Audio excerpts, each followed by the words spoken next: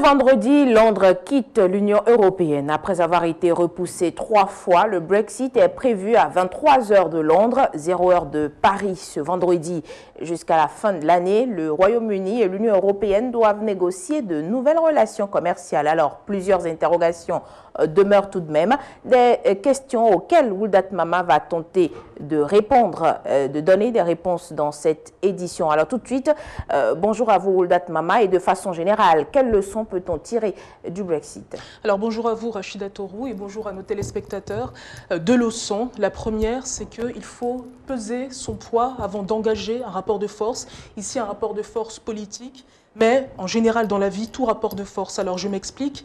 Le Premier ministre David Cameron c'était une promesse électorale qu'il avait faite en 2015, de convoquer un référendum sur la sortie du Royaume-Uni de l'Union européenne. En réalité, lorsque David Cameron a convoqué ce référendum et lorsqu'il a fait cette promesse électorale, il n'avait aucune idée, il ne pouvait jamais s'imaginer que le Brexit serait entériné et que cela passerait. Ce qu'il voulait en réalité, c'était mettre une fin aux velléités d'une partie extrême de son parti conservateur, c'est-à-dire des eurosceptiques dont la voix commençait à monter. Donc il pensait que de toute façon ce serait un échec et ce serait une façon de tuer leurs arguments.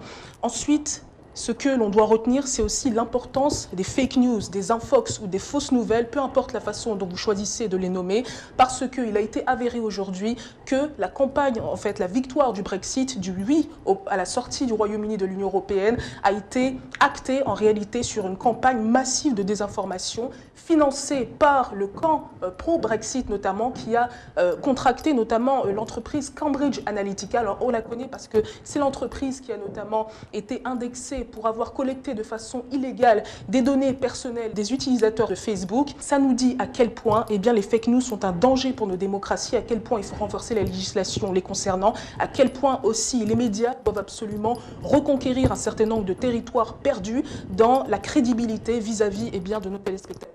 D'accord. Historiquement, alors, quelles sont les relations entre l'Union européenne et le Royaume-Uni? Alors, les relations ont toujours été houleuses, Rachida Torou, entre le Royaume-Uni et l'Union européenne. Il s'agit davantage d'un mariage de raison que d'un mariage de cœur.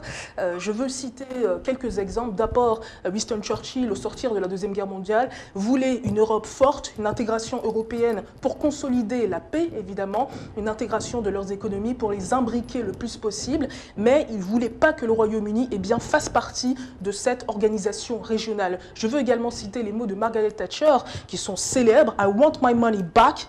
Elle a dit ça en 1979. Que voulait-elle dire? Je veux mon argent. Que voulait-elle dire? Elle portait la voix d'une partie de l'opinion publique britannique qui pensait que le Royaume-Uni percevait moins par rapport à ce qu'il donnait au budget européen. Donc je voudrais aussi citer une certaine anecdote. Moi, mon professeur de droit constitutionnel nous citait son professeur de droit constitutionnel à une autre génération qui, quand il entamait son cours sur le Royaume-Uni, a simplement dit « Le Royaume-Uni est une île ». Point final, c'était le début et la fin de son chapitre sur le Royaume-Uni.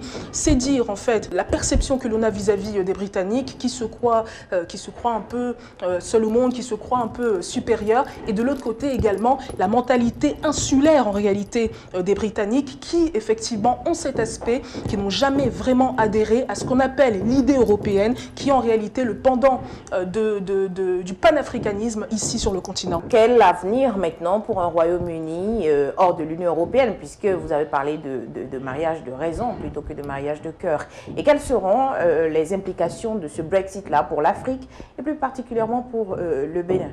Alors, il faut dire effectivement que il y a déjà, on peut prévoir une période de remous, n'est-ce pas, sur les marchés. Il y a déjà les investisseurs qui se ruent vers certaines valeurs refuges. On sait que l'or est une valeur refuge notamment.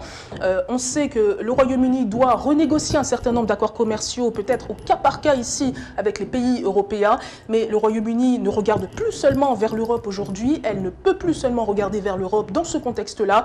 Alors on sait que cette semaine, notamment entamée mardi, la visite du secrétaire d'État américain Mike Pompeo au Royaume-Uni, stratégique à quelques jours du Brexit, donc vous l'avez rappelé, ce soir 23h heure locale au Royaume-Uni, minuit heure de Bruxelles et accessoirement aussi notre heure à nous.